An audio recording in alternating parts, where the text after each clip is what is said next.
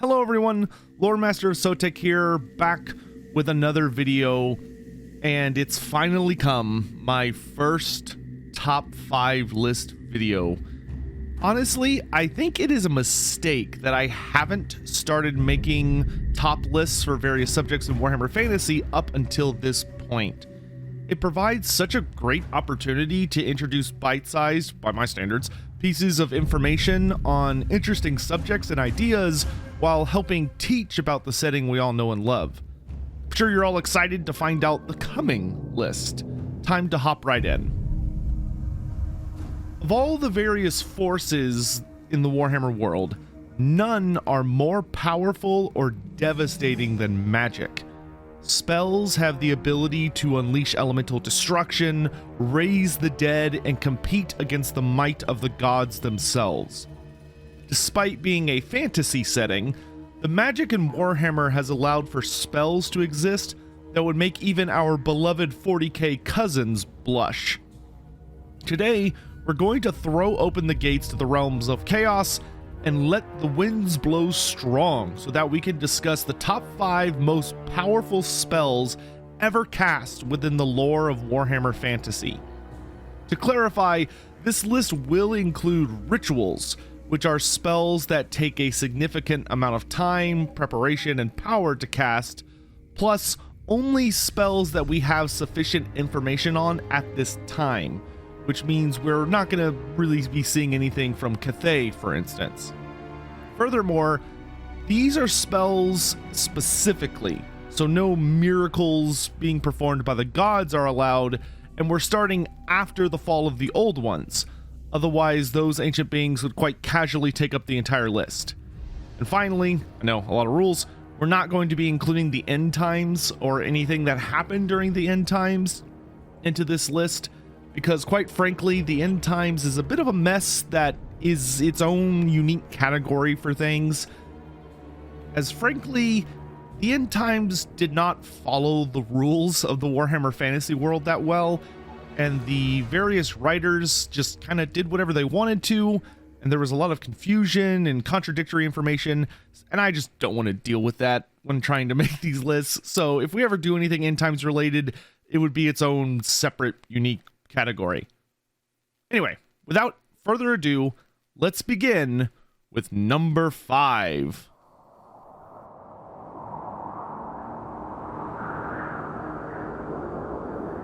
Few wars that have been fought throughout the ages have been as bitter as the civil war upon the magical continent of Ulthuan, known now as the Sundering. A bloody conflict where father fought son, mother fought daughter, and brother fought sister in the homeland of the elves, which found itself divided by the cruel ambitions of Malekith, son of Anarion, as he attempted to seize the Phoenix throne through violence. The war quickly spiraled out of control as both sides lost themselves to bitterness and hatred, the likes of which only kinstrife can conjure. For over 20 years, the servants of Malekith fought against those loyal to Prince Emmerich, who had taken the name of Kalidor upon his coronation as the new Phoenix King. Despite all his treachery, cruelty, and malice, the Witch King was ultimately defeated upon the field of battle by his rival, and fled back to his fortress within the northern kingdom of Nagaryth. Enraged beyond the point of sanity, Malekith prepared a desperate final gambit in an attempt to either claim his birthright as king or burn the nation that shunned him to the ground. Long had Morathi, his mother, believed that through foul sorcery, the elves would be capable of controlling the very essence of chaos itself. With her counsel, the Witch King called upon his dark sorcerers and ordered them all to join him in a titanic ritual that would see the great vortex at Ulthuan's heart unbound.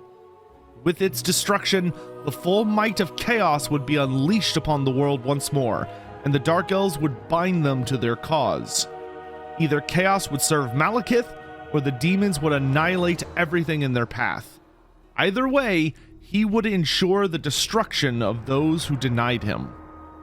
To this purpose, Malekith and his sorcerers unleashed the full might of their dark magic against the great vortex from the summits of their black towers.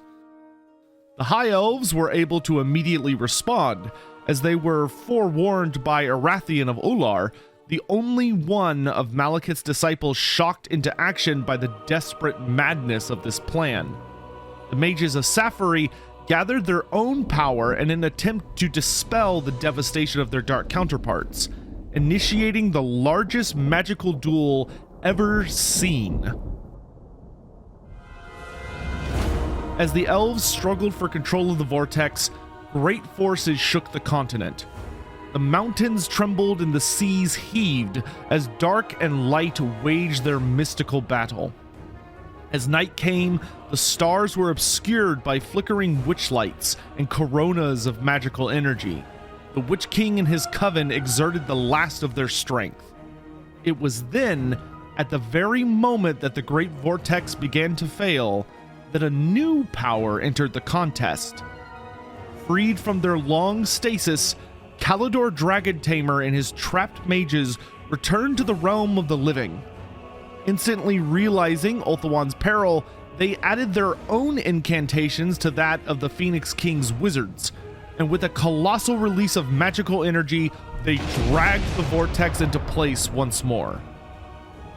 This effort restored the Great Vortex, and fired off a backlash of magic directly at where the ritual had originated.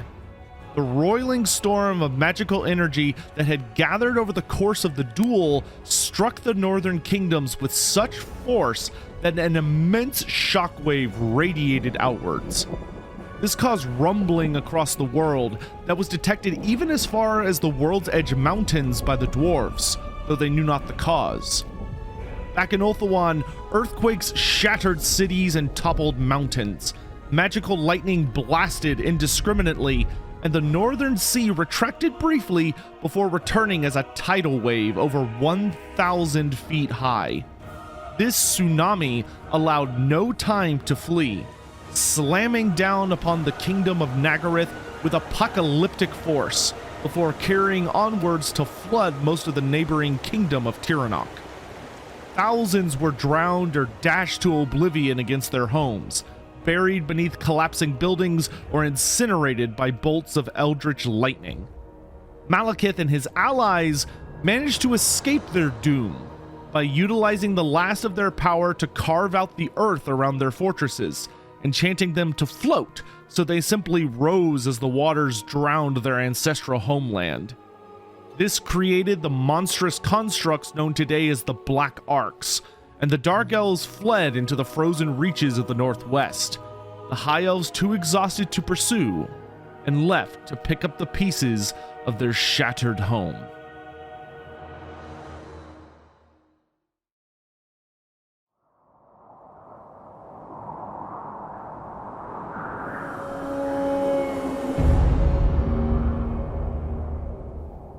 "1,500 years before the foundation of the Empire, an immense gathering of magical energy built up in the skies above a black pyramid near the Nehekaran city of Khemri. When the storm of magic finally broke, the tidal wave of magic surged across the land, and the very stars began to swirl and change their positions in the firmament. In the jungles of Lustria, the Slan Mage priests of the Lizardmen sensed this moment of supreme power and knew the time had come to act. Seizing the opportunity of the star alignment, Lord Quex casts a mighty spell that realigns the continents and more firmly connects the magical ley lines that empower the geomantic web, thus strengthening the Great Warding, which guards the world from the ravages of such magical storms in the future.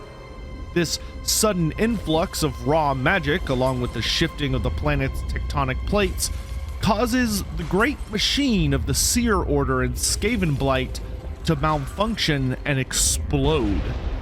The resulting counterwave releases yet more magical energy and unwittingly alters the perfection of Lord Quex's spell. Despite the loss of the great machine nearly obliterating the city of Skavenblight and the race of Ratmen themselves in one fell swoop, the Warpstone-powered device at least partially succeeded in its purpose of empowering a ritual of the Grey Seers to crack open the earth deep beneath the city to create or expose tunnels that stretched across the entire globe. This moment would signal the start of the expansion of the Under Empire beyond the capital of Skavenblight itself.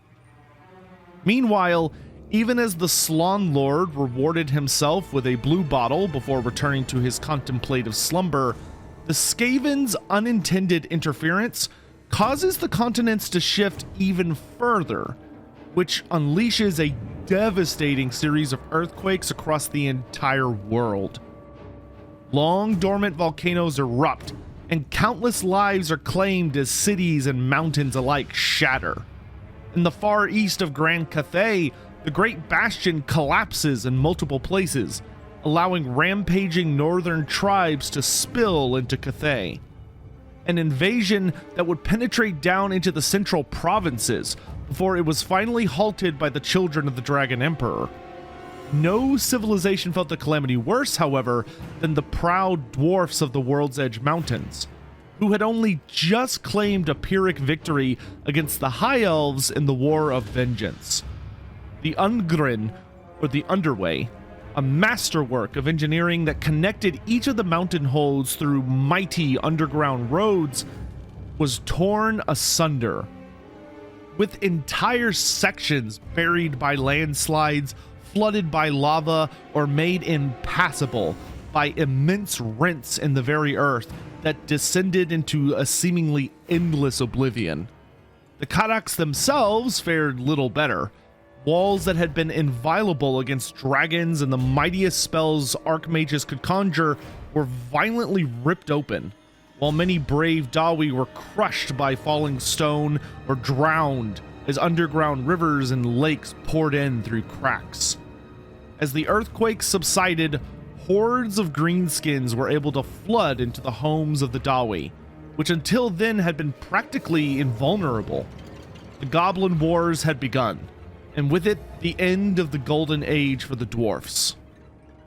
One can't help but wonder if this was all intended by the Great Plan, or if the Skaven managed to truly twist the noble act of Lord Quex.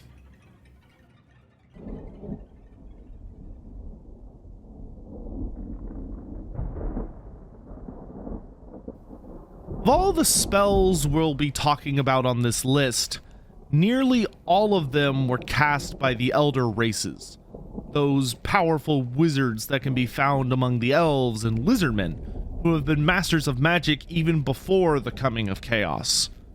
Yet, there is one that managed to raise itself up to the dead center, which would, of course, be the work of the mightiest human sorcerer to ever walk the face of the earth, the great necromancer Nagash. Once a mere mortal born in Nehekara, Nagash spent his entire life obsessed with achieving mastery over death, regardless of the cost.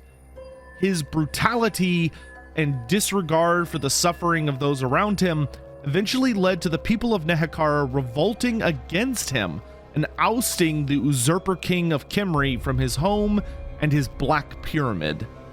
Escaping into the desert and eventually into the wastes across the World's Edge Mountains, he found himself on the shore of the Sour Sea, where he finished achieving true immortality upon discovering Warpstone. Nagash proceeded to enslave the living tribes in the area and razed all the corpses he could find, building the impregnable mountain fortress known as Nagashazar.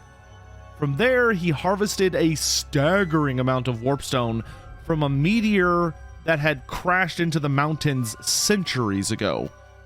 From here, he continued to build his power, transforming into the monstrous skeleton-like abomination we know now as he continued to consume vast quantities of warpstone and further mastering his sorcery. Eventually, he discovered the existence of the vampires in Lamia, and pleased by these descendants of his own power, the great necromancer had them lead his armies in a grand rematch against the kingdom of Nehekara. Despite this, Nagash found his legions defeated yet again by the noble priest Alcadazar, and a timely betrayal by the vampires, who desired to be free of his control. Enraged beyond reason, the great necromancer had no more patience for lackeys, and certainly none for the mortals who yet dared to defy him in Nehekhara. He vowed to turn the entire world into a kingdom of the undead, where no action would be performed, no deed done, save when he willed it. He would destroy all life and seal off the gates of chaos that the Druki had spoken of so many centuries before. He would rule a worldwide cemetery peopled by the unquiet dead, where no being could threaten his dominion, not even the gods. The mortal world would forever be beyond their grasp. The first step was to be the elimination of his former homeland. For a decade, Nagash raged and schemed, conceiving a terrible hatred of the man who had thwarted him, and a plan for vengeance so dark that the gods themselves shuddered and turned their faces from the world. It began slowly.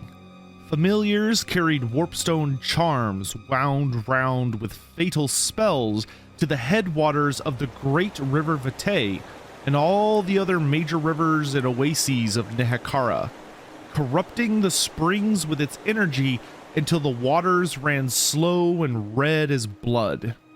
So the great river Mortis was born, and across the whole empire the people sickened and died.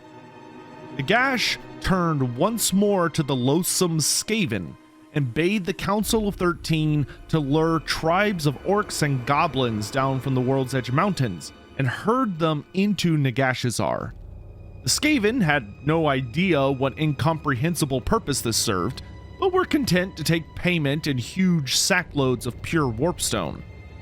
The suspicious Ratman did, however, begin to more closely observe the great necromancer, turning every means available into spying on him in hopes of discovering just what he was up to. Back in Nehekhara, people died with great pustules marring their skin. Apothecaries and healers fell in the act of treating their patients. Men fled their families, dying even as they ran. For a season, death stalked the land until the dead outnumbered the living and corpses lay unburied and rotting in the streets. Emaciated animals wandered untended in barren fields until they too died.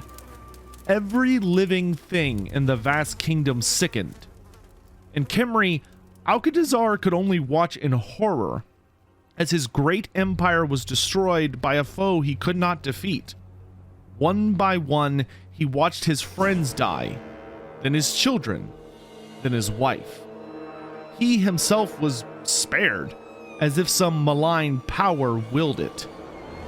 Eventually, he was left alone in his palace, weeping on his gilded throne, while in the distance he could hear the sound of a relentless army on the march. Only after the dying was complete did they come, a vast army of the dead. The few sickly and wasted survivors of Alcatazar's armies were no match for them.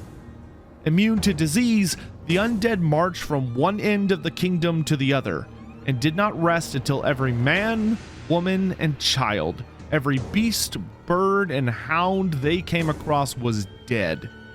Only the Lich Priests were immune to the plague, and only the Lich Priests had the power to fight back and hide themselves from the undead horde. Mortal as he was, Alcatazar had not the strength or heart to fight. Archon the Black, the leader of this Legion of Bone, took Alcatazar and dragged him in chains to Nagashazar and the foot of Nagash's throne. Nagash explained to Alcatazar all the terrible details of what would happen next to Nehekhara for its apostasy from his will.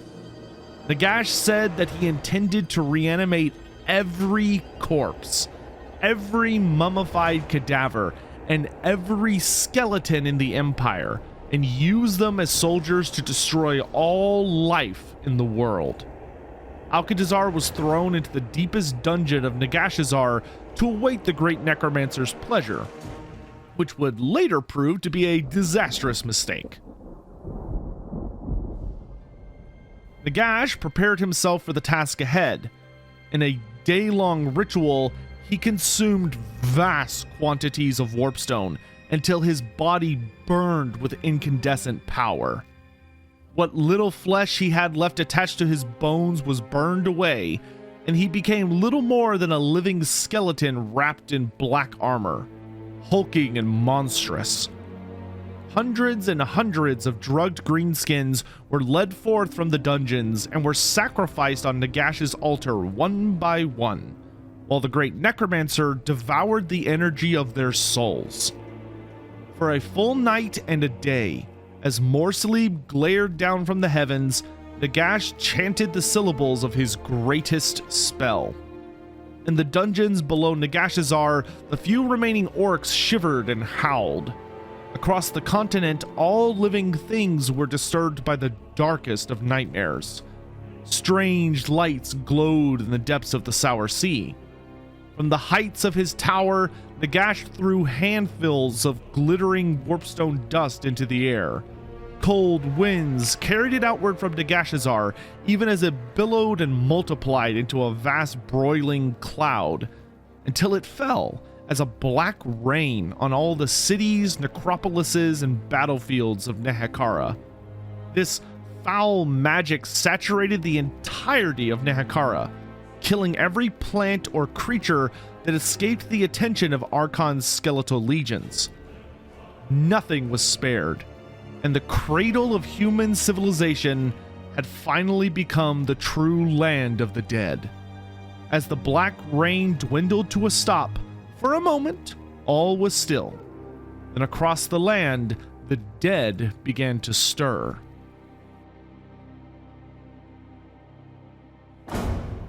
The gods and demons wept or howled as the souls and soul fragments were ripped from their keeping, and yet they could do nothing to prevent this horror. Such was Nagash's awful power in that moment. Dead eyelids flickered across the land. An impenetrable darkness rimmed with a faint purple aura entered hundreds of thousands of rotting eyeballs and empty eye sockets. One by one, the more recently dead corpses of the plague-stricken stood up and walked, while the more ancient dead of those contained within the cities themselves began to stir. Driven by Nagash's indomitable will, the long-dead warriors mounted their chariots and rode forth into the haunted night. Wights emerged from their lairs and unclean things gathered. The innumerable dead formed up in disciplined ranks. The souls bound within the long-dead servants of the ancient kings were awakened and compelled against their desire to leave their masters. Animated by Nagash's mighty will, the largest army the world had ever seen converged upon Nagashazar. It would never complete the march. Exhausted by the vast expenditure of energy needed to cast the spell, Nagash descended back into his throne room and fell into a deep trance. Even as the undead army made its way there, an ominous silence fell over Nagashazar. It was as if final and total death had come to the great necromancer's capital at last. Yet such a mighty spell had attracted notice, and across the world wizards and priests of all races were struck by visions of imminent doom and an all-consuming darkness. The Greyseers of the Skaven were no exception, and summoned the Council of 13 with haste to the Temple of the Great Horned Rat. Once assembled, the Ratmen were able to put together the various pieces of information gathered by their spies and sorcerers to realize the full extent of Nagash's plan. He had raised nearly a continent's worth of undead with a single mighty spell, and now possessed an army that would crush all before it with ease. The Skaven, knowing that they would likely be the first target, due to their constant meddling at Cripple Peak.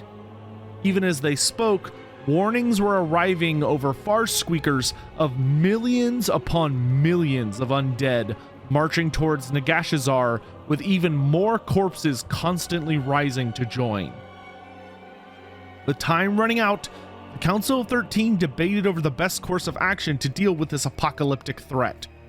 The bravest of Clan Eshin reported that Nagash himself seemed to be resting, completely motionless upon his throne with no indication of awareness. The Skaven knew that if they were going to strike, it would have to be soon. But surely none of their own kind could be trusted to master the fear of facing such a terrible foe. It was suggested that perhaps the one living human who had been imprisoned in the dungeons of Nagashazar could be relied upon. Some king from a distant land who Nagash loathed above all others. Surely he would relish the opportunity to have vengeance. But if this man-thing were to have any hope of success, then he would need a weapon so deadly that to even touch it would ensure death. Coming to a unanimous agreement for the first time, the Council of 13 moved with utmost urgency to have a blade forged from pure warpstone harvested from Cripple Peak itself. The Grey Seers wove spells of doom into the molten metal. Clan Scorier warlocks added dire runes so deadly that to even read them could kill you. Finally, a device was set into the pommel to allow the council to see through the eyes of its wielder, and to allow the Skaven to channel power to its bearer. Before the blade was cool, it was sheathed in lead and rushed through the underway using relay teams. Utilizing secret tunnels to gain access to Nagashazar, the servants of the Council of 13 crept into the dungeons. Silently, they freed the king and opened the lead casket before fleeing. Alcatazar gripped the eerily glowing sword and felt drawn to certain passageways. The last king of Khemri followed these compulsions to navigate the maze that was Nagash's fortress until he at last found the throne room containing the great necromancer. The colossal form of Nagash rested inert, even the runes on his baleful crown dark and silent. Alcatazar hesitated for but a moment, fearing this to be some fake reality inflicted on his tortured mind, before realizing he didn't care and giving in to his hate. The king of Nehekara raised up the fell blade and brought it down with all his might. But at the last moment, Nagash responded to some sixth sense and raised up his arm to ward off the blow. Despite all his power and protections granted by magical items, the warpstone sword cleaves straight through the lich's limb. Enraged by this assault, Nagash immediately responded by blasting Alcatazar with spells to obliterate him. But the Skaven leapt to the King of Khemri's defense through their connection with the Fellblade. The Grey Seers conclave of 169 sorcerers reeled from the effort to turn aside the Great Necromancer's magic, many of their number dropping dead instantly. Nagash snarled in frustration and lashed out with his remaining claw, his skeletal talons piercing the flesh of Alcatazar's throat as the last Nehekaran was raised off the ground in that icy cold grip. The king cried out in desperation and swung, hacking off the sorcerer's other arm before unleashing a frenzied whirlwind of blows. The runes of doom and ruin upon the Fellblade began to take their toll, and the immortal body of Nagash at last collapsed into 1,000 pieces. Driven to the brink of madness and death by his exposure to the Fellblade, Alcatazar picked up the crown of Nagash and stumbled out of the throne room, even as the agents of the Skaven rushed in and quickly gathered up all the pieces of the Great Necromancer to feed into his warp forges, ensuring that they were entirely incinerated. Unfortunately, they failed to notice the clawed hand that had been first severed and scuttled away into the shadows of Nagashazar like some immense, grotesque spider. With the death of Nagash, the staggering amounts of magic he had been manipulating to control his undead legions snapped free of the Great Necromancer's control. This shockwave of death magic slammed into Nehekara, fully awakening all the Nehekaran dead, despite the powerful protections placed on them by the mortuary cult, save only Cetra the Imperishable, who remained in his death slumber for the moment. So it was that the Tomb Kings were created, awoken prematurely by the backlash of Nagash's great ritual of awakening. This also signaled the start of the Black Year, as the truly staggering amount of energy caused storms of magic to erupt across the planet for the next year. Black whirlwinds descended from roiling clouds to unleash devastation, and the skull-like visage of death itself is seen stalking the land. Arcane entities who mean doom for any that come too close. The final consequence of this spell falls upon the Skaven, who, mysteriously, lose the entirety of the Council of 13 at that time. The ancient lords are swiftly replaced, while within the realm of ruin, the Great Horned Rat creates his most powerful Vermin Lord, known as Screech Vermin King. Such were the full consequences of Nagash's great ritual.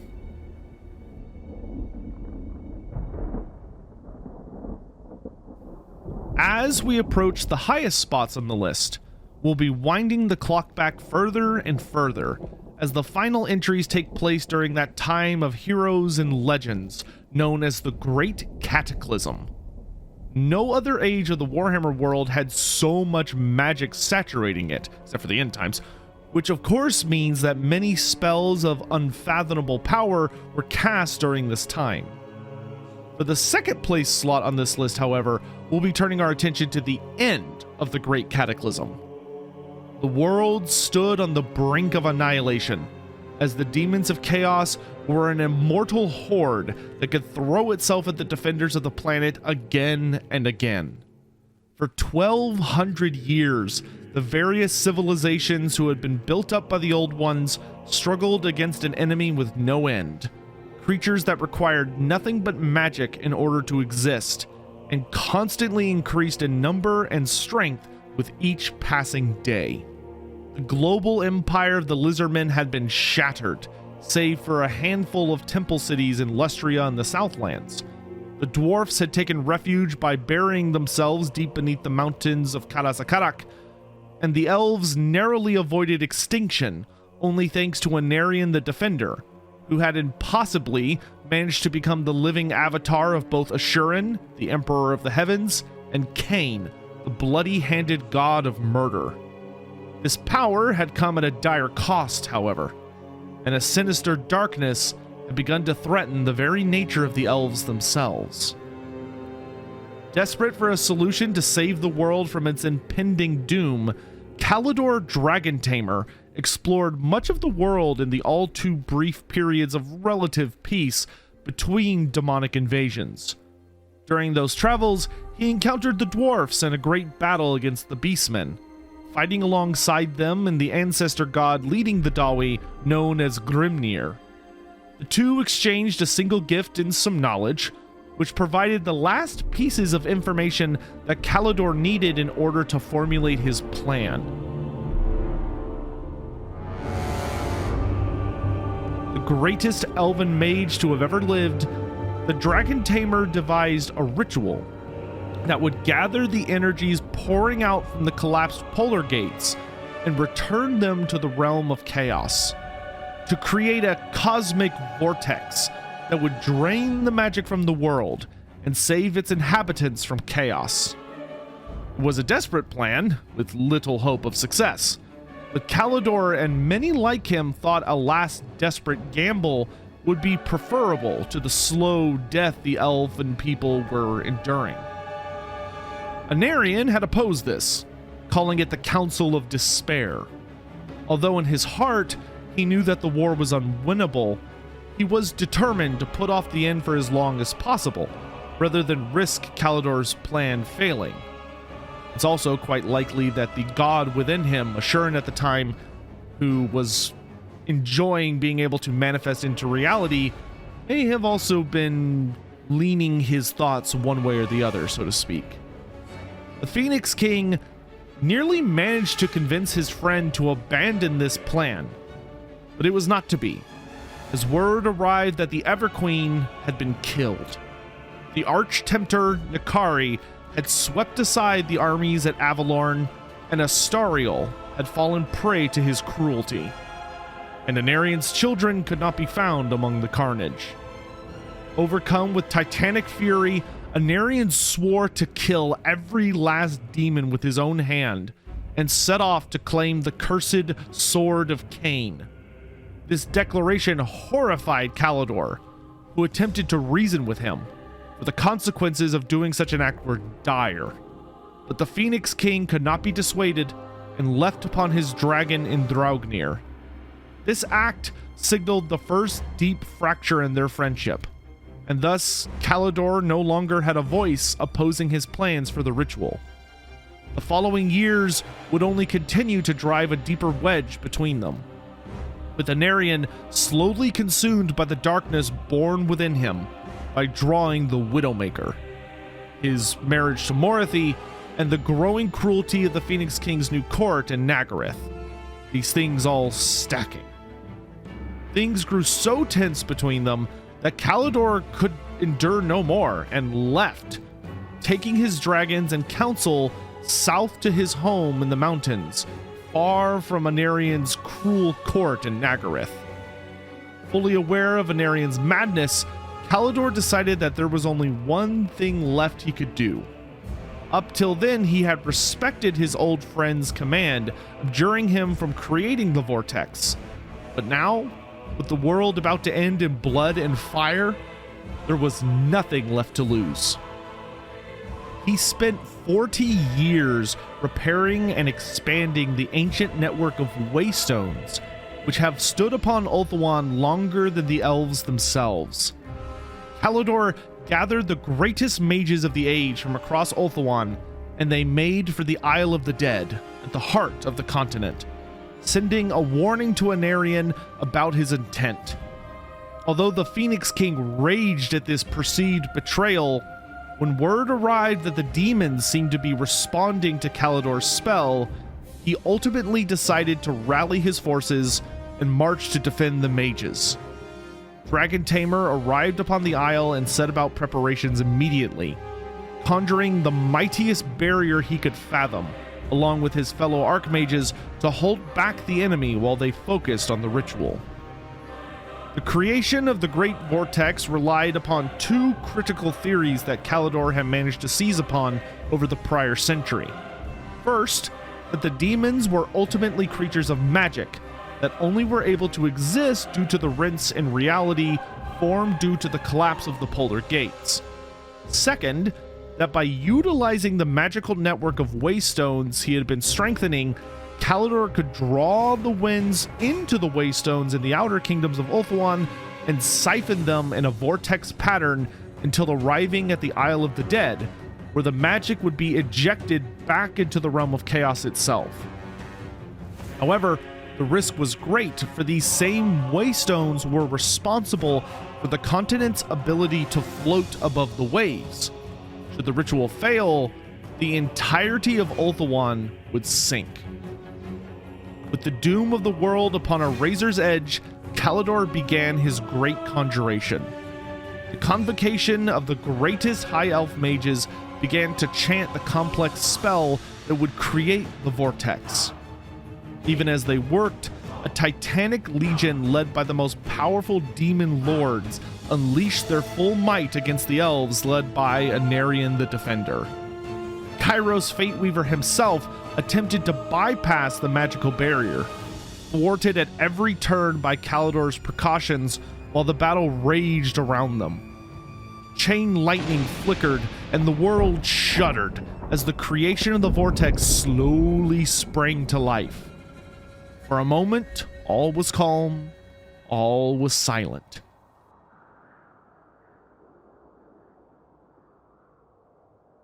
Then the mountains shivered.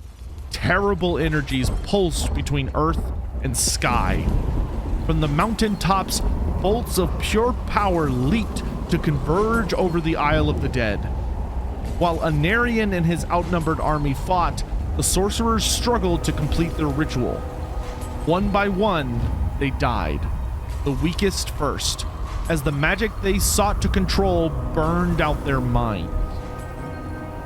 The Chaos Gods played their final gambit, the four greater demons leading the assault, hurling themselves at the Isle of the Dead, with only Anarian and his faithful dragon in Draupnir holding the line. Though it's not certain. According to legend, the Phoenix King defeated Kairos Fateweaver, Nakari the Arch-Tempter, Kugoth Plaguefather, and Skarbrand the Exiled in a battle of legend, though it cost him and Draupnir their lives. Thanks to this heroic last stand, the ritual was finally completed, or at least partially. The High Elf sorcerers had succeeded in opening a vortex to drain away the raging magic. However, they were trapped within it, eternally keeping it open, forever trapped in their battle with chaos. With the spell complete, demons across the world howled in rage as their bodies fell apart without the torrents of magic present to manifest themselves. Billions of monsters and nightmarish abominations vanished in a matter of seconds, with entire empires such as the twisted kingdom of Be'lakor vanquished to leave behind empty thrones. Back on the island, the immediate effects of Kalidor's ritual were a series of magical storms, earthquakes, and tidal waves that ravaged Ulthuan for 3 days. Thousands died as the shores of Ulthuan were swept clear by monstrous waves, ships were sunk, and the sky was split by lightning bolts. When the storms abated, though, the warp gates were sealed, the demonic legions were gone, and while Ulthuan was a land in ruins, it had a future. The cost had been dire, but Kalidor's spell had saved the world.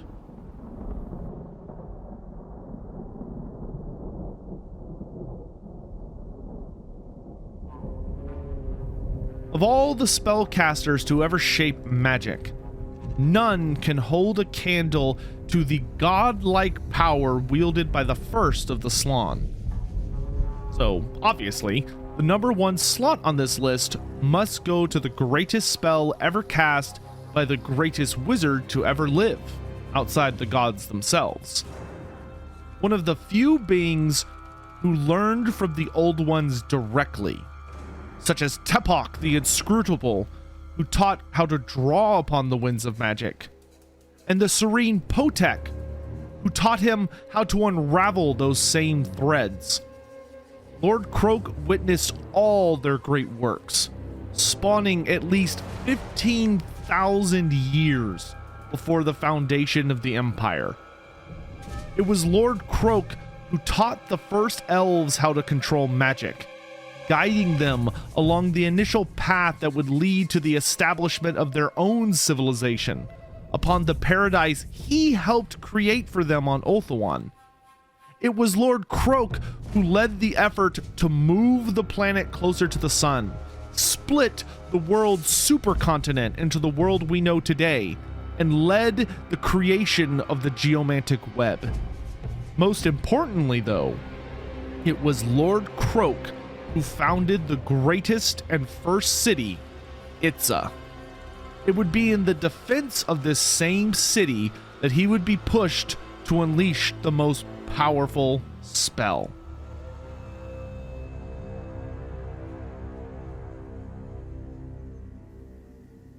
The apocalypse had begun. The Old Ones were lost. Somehow their conflict with chaos had resulted in the polar gates collapsing in on themselves and detonating with cataclysmic force. The barrier between reality shattered, allowing the demons of chaos to invade the world still reeling below. Lord Croak refused to stay idle or despair that the lizardmen were now lost children, marshaling the full might of their empire against the demons in a war that raged for nearly 1,000 years. The other races of the world were initially spared from this violence, the Slann holding back the tide for centuries, until the immortality and evolution of the demons became too much for them. Magic itself had changed, the winds now raging uncontrolled across the world and shifting constantly as if a thing alive. Unable to contain the legions of chaos any longer, the lizardmen fell back to their cities within Lustria and the Southlands. The world drowned in death and violence as the dark gods were finally able to attack anywhere they desired, though their strength focused still on the children of the Old Ones. The Slann used their incredible powers to raise barriers around the temple cities, desperately hoping they could keep out the endless hordes. For months this tactic worked, until Kairos Fateweaver notoriously discovered a weakness around it, tearing open rifts in reality within the midst of the Slann, from which flesh hounds would emerge to slaughter the mage priests before they could properly respond. This tactic led to the fall of Sotek, followed by Huatl, Tlanksha, and Shodol. The Slann of Shodol, however, managed to send a warning to their brethren about this strategy before their own deaths, allowing the mage priests still alive to enact countermeasures to thwart the efforts of Kairos. Still, this did not save the city of Chakwa, who fell due to the plagues of Nurgle taking root among the defenders, which weakened them enough for the demons to force themselves in and slaughter the defenders. With this particular set of cities brought low, the ley lines of the geomantic web were suitably disrupted for a path to open to the first city. The Battle of Itza had begun. Lord Kroak, high upon his great pyramid, conjured into being a crackling barrier of energy to defend the city from the numberless horde that descended upon his home. For many days, the enraged demons hurled themselves at the field of power, expiring even as they clawed at the magical dome. Covens comprised of Lords of Change and their foul servants attempted to dispel the first Slann's barrier, even Kairos Fateweaver unable to find even a hint of weakness within its design. Eventually, Lord Kroak could hold the barrier no longer, and with a final thunderous surge of power, he made the barrier expand outwards, leveling the jungle for miles all around. 100,000 demons were banished in an instant. Nevertheless, there were still countless more, and the screaming masses of chaos swarmed into the first city. Battle raged throughout the streets as the occupants fought with everything they had, but the main thrust of the horde aimed for the heart of Itza, where the great pyramid of Lord Kroak towered in defiance. All that stood between them and the first Slann was the Bridge of Stars, the mightiest abominations eagerly racing to claim the Slann's precious soul for themselves. Before they could cross, however, a single monstrous Kroxigor emerged from the confusion of the surrounding battle and blocked their access. Akai the Wanderer had arrived from his own fallen city of Tlanksha, smashing aside any that attempted to halt his advance. The horde poured forward to slaughter the lone warrior, but Nakai ruthlessly tore apart any that came too close. Heralds and freakish champions challenged the Wanderer, only to be cut down by his animalistic fury. Nearly every opponent managed to wound Nakai, but between his incredibly thick natural armor and legendary endurance, the Kroxigor kept fighting. He killed 80 of the foul demons, holding the Bridge of Stars on his own until reinforcements finally arrived. Horribly wounded, the ancient Kroxigor finally retreated at the insistence of skink priests as the fabled temple guard of Lord Kroak marched onto the Bridge of Stars. They formed a line as wide as the bridge and 100 deep. barring the demons' path just as they began to swarm forward again. As 1,000 demonic abominations gave a savage war cry, and battle was joined. The Temple Guard were grievously outnumbered, but not one step back was taken. The sun rose high in the sky, and still the Temple Guard held the center of the bridge. By the time the sun had set, the line was thinning, but when morning came, it held still. By noon on the second day, the chasm below the bridge was choked with ruined demon flesh, but only a tenth of the Temple Guard still stood. Inexorably, the Temple Guard were cut down, as wave after wave of bloodletters and demonettes broke upon their ever-thinning line. As the sun set on the second day, so the last Temple Guard fell, and the demonic horde surged across the bridge. Yet, the stout defense of the Bridge of Stars had bought Lord Croak time to enact one final incantation.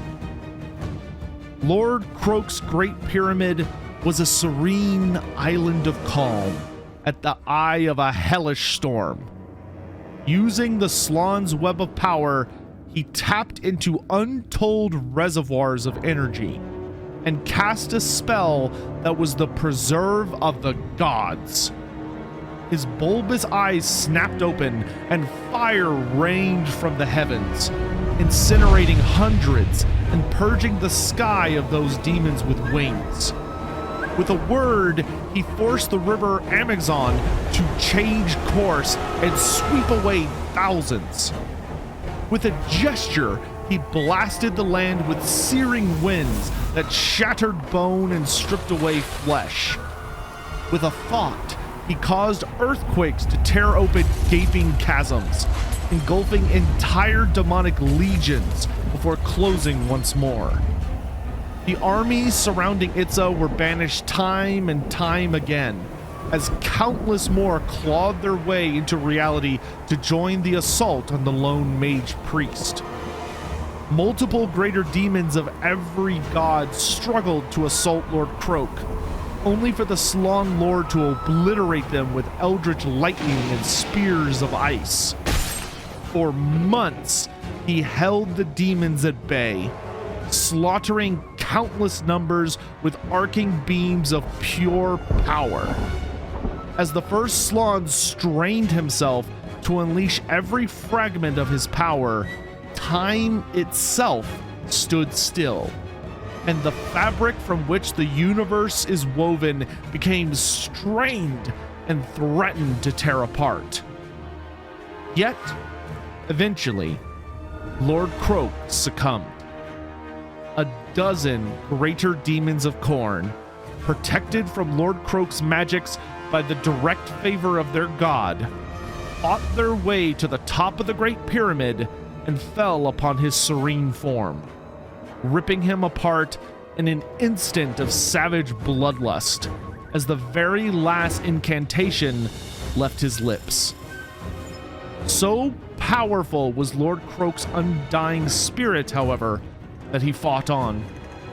Such was Lord Croak's determination and dedication to the Temple City that he refused to even let death hinder him.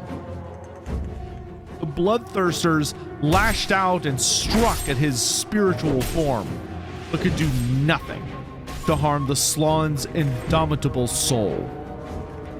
Set free from his flesh, Lord Croak's radiant spirit soared high above the embattled city, scourging the attackers with a divine light so bright it appeared as if a second sun had appeared in the heavens.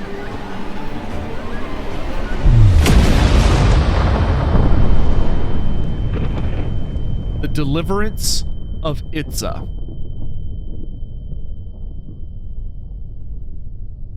This blinding explosion of the purest energy banished the entire demonic horde swarming over Itza in an instant. The rents in reality that they had reinforced through forever sealed. The first city, the keystone in the geomantic web of power, was saved, but at tragic cost.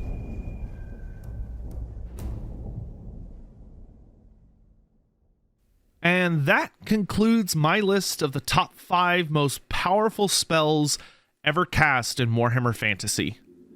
For those curious, the timeline for these spells is the following in chronological order. First was Lord Kroak's Deliverance of Itza, which took place in 4450 BE, so that's before Empire, so 4,450 years before the formation of the Empire. Got it?